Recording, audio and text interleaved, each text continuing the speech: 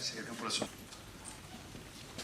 Avant d'aborder, enfin, ma conclusion, je voudrais dire deux mots sur la situation internationale pour vous livrer une émotion et une conviction. Une conviction tout d'abord, celle que notre intervention au Mali est un acte juste. Je veux ce soir avoir une pensée pour nos soldats engagés dans ce conflit contre des terroristes puissamment armés et qui ont montré de quoi ils étaient capables dans le nord du pays. Depuis plus de 15 ans, le Conseil général a développé une coopération décentralisée très avancée avec les trois cercles maliens, dont celui de Douenza en zone occupée. J'ai eu l'honneur d'être vice-président chargé de ces sujets-là l'année dernière, et j'étais encore en charge de ces questions lors du premier coup d'État de février 2012. Les représentants des cercles maliens avec qui nous collaborions étaient justement reçus dans notre département cette semaine-là. Je me souviens de leur très grande dignité et des paroles rassurantes qu'ils essayaient de poser sur nos inquiétudes. Depuis plusieurs semaines, notamment via les réseaux sociaux, ces mêmes partenaires nous demandaient de ne pas les laisser tomber, tant la situation devenait difficile, tant l'avenir même du Mali était en jeu. Notre intervention militaire était non seulement nécessaire, mais juste. Et j'adresse ce soir une pensée amicale à nos amis maliens, avec qui nous avons tant de choses à partager en Essonne et dans beaucoup des villes de notre circonscription. Toutefois, et sans vouloir à nouveau chercher de quelconque polémique dans ces moments d'une extrême gravité, j'aimerais rappeler que nous étions quelques-uns à nous inquiéter de la façon dont avait été gérée la fin de la crise libyenne, alertant ceux qui voulaient bien nous entendre sur les risques induits au niveau international. Il y a des jours où on préférerait ne pas avoir raison.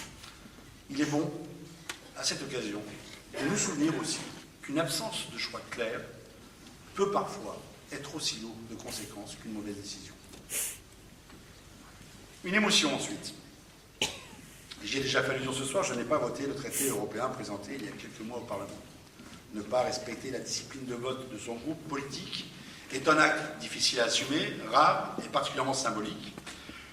Le faire au mépris des règles habituelles alors même qu'on vient d'être élu n'est pas une chose anecdotique, ça pourrait même, dans certains cas, ressembler à un suicide politique. Dieu merci, ça ne l'a pas été. Et pour tout vous dire, seuls 17 députés socialistes ont fait ce choix. Je l'ai fait avec fierté et conviction, sans me répondre dans les médias pour ne pas ajouter de la confusion en ce début de mandat. Je l'ai fait parce que les mécanismes automatiques de régulation des dettes nationales ne me semblaient pas aller dans le bon sens. Je l'ai fait aussi parce que je pense qu'il y a urgence à relancer l'économie européenne, que le calendrier de réduction de la dette ne peut pas être aussi contraignant et aussi rapide. Parce que le désendettement, s'il est nécessaire, ne peut pas se faire au détriment de l'emploi, au détriment de la croissance. Je l'ai fait parce qu'il n'y aura pas d'issue sur notre continent sans la mise en œuvre d'une Europe sociale, une véritable harmonisation fiscale. Il n'y aura pas d'issue sans une Europe construite avec et pour les peuples, et non pas réduite aux mécanismes économiques et financiers. La semaine dernière, avec 400 autres députés, je suis parti à Berlin. Jean-Vincent était avec nous aussi du voyage, décidément. On ne se quitte plus. Pour célébrer les 50 ans de l'amitié franco-allemande. Enfin, je ne pense pas que c'était parce que j'étais là que tu y es venu, mais... aussi. Les 50 ans de l'amitié franco-allemande, les 50 ans du traité de l'Élysée. Que de chemin parcouru. Et si je ne suis pas toujours totalement convaincu par ce fameux modèle allemand qui, pour maintenir l'économie à flot, se préoccupe à peine de l'explosion de la précarité et des salariés pauvres, je dois vous avouer qu'entendre des députés français, mais aussi leurs collègues allemands, entonner avec beaucoup de dignité de retenue la Marseillaise au cœur du Bundestag, a été un moment d'une très grande intensité. Être là, siégeant dans une assemblée regroupant parlementaires français et allemands à l'unisson, a été un moment tout simplement unique. Voir la salle du Philharmonique de Berlin se lever comme un seul homme pour entendre l'hymne à la joie, hymne de l'Europe, ne peut laisser indifférent en conclusion d'une journée exceptionnelle et symbolique. L'histoire et la politique se nourrissent aussi de symboles. Et je suis fier et heureux d'avoir vécu cela. Moi, le fils d'ouvrier, le petit-fils de paysan, moi, le précaire, l'intermittent, le RNiste, l'intérimaire, l'artiste, le travailleur, le sans-droit, le représentant élu du peuple. L'Europe est une belle idée. L'Europe est notre destinée. L'Europe est notre chemin commun. Il reste à la construire avec ses citoyens, pour ses citoyens, au service de ses citoyens. Et c'est un défi supplémentaire que nous allons avoir à relever. Là aussi, pour réussir à le relever, il nous faudra être exigeants et combatifs.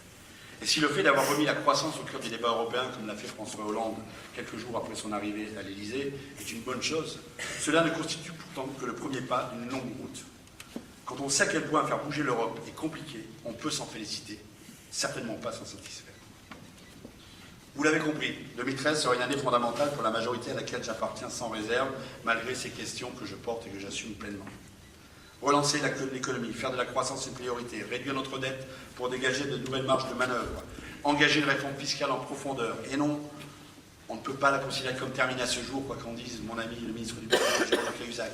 Séparer les activités des banques, taxer les transactions financières, encadrer les abus bancaires dans les prochaines lois sur la consommation, tout cela va dans le bon sens. Relancer une vraie politique du logement, et notamment en faveur du logement social, via le relèvement des minima de la loi SRU. Et nous sommes dans une ville qui a fait beaucoup d'efforts dans ce domaine-là. Et la mise à disposition des financiers publics, concevoir un plan transversal contre la pauvreté dont je vous ai beaucoup parlé, mettre l'emploi, et notamment l'emploi des jeunes, au cœur de toute nation et les violences faites aux femmes, promouvoir l'égalité réelle, que ce soit par le mariage pour tous, j'y reviens, la procréation médicale assistée pour toutes les femmes qui en feront la demande, va encore dans le bon sens. Le travail sur la moralisation de la politique et le non-cumul des mandats et le statut de l'élu, la parité absolue aux élections départementales est aussi une avancée dans le bon sens. Accélérer l'habitation écologique de notre société ne va pas seulement dans le bon sens. C'est une nécessité absolue. Je pourrais bien entendu continuer cette litanie à l'infini. Oui, à l'infini.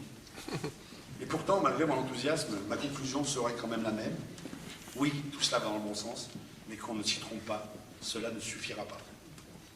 Il sera donc de notre responsabilité de veiller à ce que tout ce qui est planté cette année permette une juste distribution de la récolte une fois celle-ci effectuée. Nous avons 5 années devant nous, un peu moins maintenant. Rien de ce qui n'a été fait aujourd'hui, pour positif qu'il soit, ne vaut pour solde de tout compte. Et il est de notre responsabilité de savoir le dire à chaque fois que cela sera utile, à chaque fois que cela sera nécessaire. Ce qui m'emmène enfin, et tout naturellement, à ma conclusion. Je vous ai beaucoup parlé de l'histoire ce soir. En me choisissant comme député, les Essonniens ont permis que l'histoire quotidienne et presque banale en ces temps de crise aiguë d'un accidenté de la vie vienne tutoyer celle qui s'écrit dans les manuels scolaires. J'y vois forcément un symbole, mais avant tout, une très grande responsabilité, qui inscrit mes pas dans ceux de la multitude qui nous ont précédés. Chaque jour, lorsque je siège dans l'hémicycle, chaque jour, lorsque je rentre au Palais Bourbon, je ne peux m'empêcher de songer au chemin parcouru depuis que les députés de tiers États quittaient leur province en 1789 sans savoir où les mènerait leur chemin. Je ne peux m'empêcher de penser à Louise Michel, à Jules Vallès, aux communards massacrés par les Versaillais. Je ne peux m'empêcher de penser à ces tableaux qui ornent la salle Colbert dans laquelle se réunit le groupe socialiste et qui met en scène de manière très spectaculaire Jaurès et Clémenceau.